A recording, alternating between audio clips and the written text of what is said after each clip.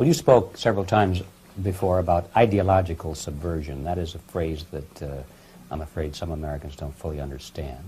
When the Soviets used the phrase ideological subversion, what do they mean by it? Ideological subversion is the process which is legitimate, overt, and open. You can see it with your own eyes. All you have to do, all American mass media has to do, is to unplug their bananas from their ears, open up their eyes, and they can see it. There is no mystery. There is nothing to do with espionage. I know that espionage intelligence gathering looks more romantic. It sells more deodorants through the advertising, probably. That's why your Hollywood producers are so crazy about James Bond type of thrillers. But in reality, the main emphasis of the KGB is not in the area of intelligence at all. According to my opinion and opinion of many defectors of my caliber, only about 15% of time, money, and manpower is spent on espionage as such. The other 85% is a slow process which we call either ideological subversion or active measures, активные мероприятия in the language of the KGB, or psychological warfare.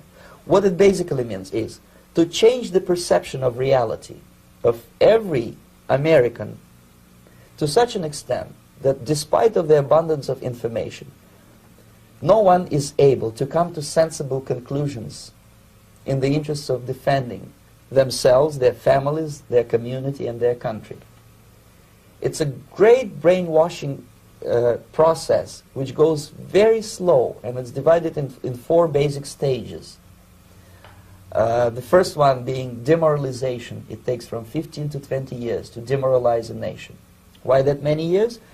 Because this is the minimum number of years which requires to educate one generation of students in the country of your enemy, exposed to the ideology of the enemy. In other words, Marxism-Leninism ideology is being pumped into the soft heads of at least 3 generations of American students without being challenged or counterbalanced by the basic values of Americanism, American patriotism. The result you can see.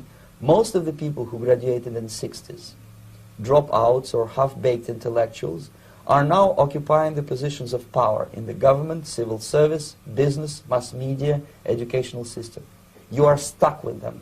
You cannot get rid of them. They are contaminated. They are programmed to think and react to certain stimuli in a certain pattern.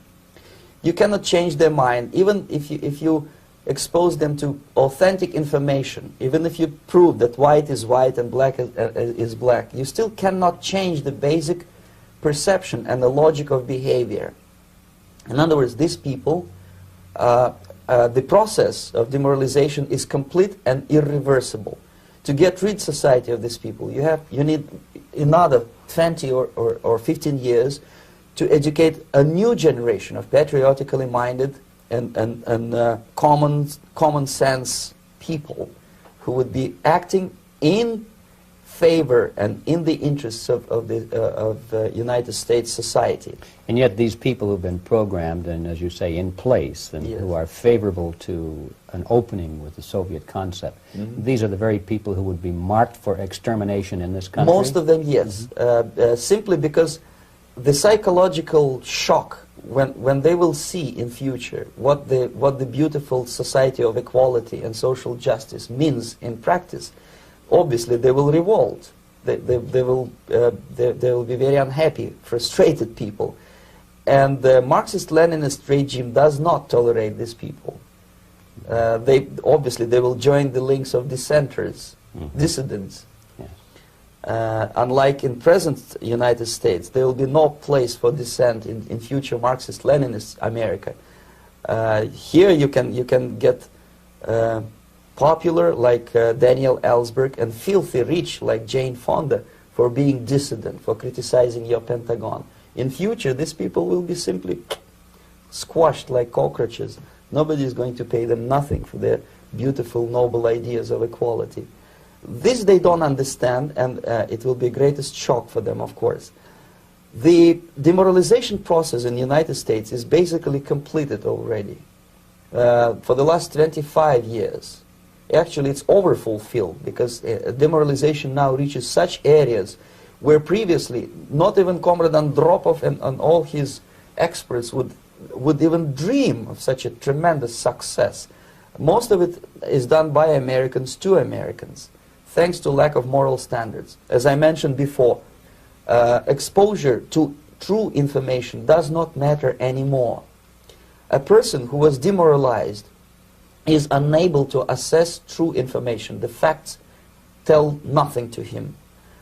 Even if I shower him with information, with authentic proof, with documents, with pictures, even if I take him by force to the Soviet Union and show him concentration camp, he will refuse to believe it until he is going to receive a kick in his fat bottom.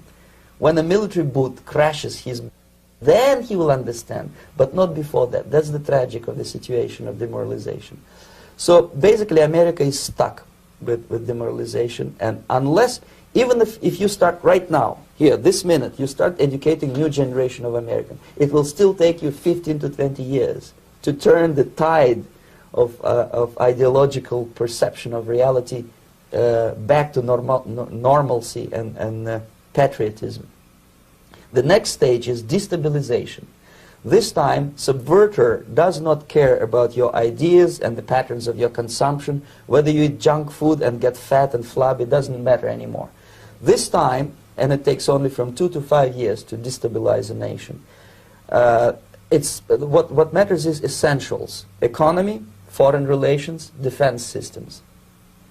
And you can see it quite clearly that in some areas, in such sensitive areas as defense and economy, the influence of Marxist-Leninist ideas in the United States is absolutely fantastic. I could never believe it 14 years ago when I landed in this part of the world that the process will go that fast.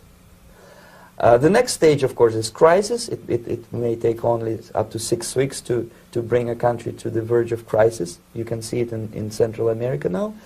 And after crisis, with a violent change of power, structure, and economy, you have so-called the period of normalization. It may last indefinitely. Normalization is a cynical expression borrowed from Soviet propaganda. When the Soviet tanks moved into Czechoslovakia in '68, Comrade Brezhnev said, "Now the situation in brotherly Czechoslovakia is normalized." This is what will happen in the United States if you allow all these schmucks to bring the country to crisis, to promise people all kind of goodies and the paradise on earth, to destabilize your economy, to eliminate the principle of free market competition, and to put a big brother government in Washington, D.C., with benevolent dictators like Walter Mondale, who will promise lots of things, never mind whether the promises are fulfillable or not. He will go to Moscow to kiss the bottoms of new generation of Soviet assassins. Never mind. He will create false illusions that the situation is under control. Situation is not under control. Situation is disgustingly out of control. Most of the American politicians, media, and educational system trains another generation of people who think they are living at a peacetime. False. The United States is in the state of war, undeclared total war against the basic principles and the foundations of this system. And the initiator of this war is not Comrade Andropov, of course. It's the system. However ridiculous it may sound, the world communist system or the world communist conspiracy, whether I scare some people or not, I don't give a hoot. If you are not scared by now, nothing can scare you. But you don't have to be paranoid about it. What actually happens now, that unlike myself, you have literally several years to live on unless the United States wake up. The time bomb is ticking. With every second, the disaster is coming closer and closer. Unlike myself, you will have nowhere to defect to, unless you want to live in Antarctica with penguins. This is it. This is the last country of freedom and possibility. Okay, so what do we do? What is your recommendation to the American people? Well, the immediate thing that comes to my mind is, of course, There must be a very strong national effort to educate people in the spirit of real patriotism, number one. Number two, to explain them the real danger of socialist, communist, whatever, welfare state, big brother government. If people will fail to grasp the impending danger of that development, nothing ever can help United States. You may kiss goodbye to your freedom, including freedoms to homosexuals, to prison inmate. All this freedom will vanish, evaporate in 5 seconds, including your precious lives. The second thing, the moment at least part of United States population is convinced that the danger is real, they have to force their government. And I'm not talking about sending letters, signing petitions, and all this beautiful, noble activity. I'm talking about forcing United States government to stop aiding communism. Because there is no other problem more burning and urgent than to stop the Soviet military-industrial complex from destroying whatever is left of the free world. And it is very easy to do. No credits, no technology, no money, no political or diplomatic recognition, and of course no such idiocy as grain deals to USSR. The Soviet people, 270 millions of Soviets, will be eternally thankful to you if you stop aiding a bunch of murderers who sit now in Kremlin and whom President Reagan respectfully calls government. They do not govern anything, least of all such complexity as the Soviet economy. So basic, two very simple, maybe too simplistic answers or solutions, but nevertheless they are the only solutions. Educate yourself, understand what's going on around you. You are not living at the time of peace. You are in a state of war, and you have precious little time to save yourself. You don't have much time, especially if you are talking about young generation. There's not much time left for convulsions to the beautiful disco music. Very soon it will go, just overnight. If we are talking about capitalists or wealthy businessmen, I think they are selling the rope on which they will hang very soon. If they don't stop, if they cannot curb their unsettled desire for profit, and if they keep on trading with the monster of the Soviet communism, they are going to hang very soon. And they will pray to be killed, but unfortunately they will be sent to Alaska probably to manage industry of slaves. It's simplistic. I know it sounds unpleasant. I know Americans don't like to listen to things which are unpleasant. But I have defected not to tell you the stories about such idiocy as microfilm, James Bond type espionage. This is garbage. You don't need any espionage anymore. I have come to talk about survival. It's a question of survival of this system. You may ask me, what is it in for me? Survival, obviously, because unlike, as I said, I am now in your boat. If we sing together, we'll sing beautifully together. There is no other place on this planet to defect to.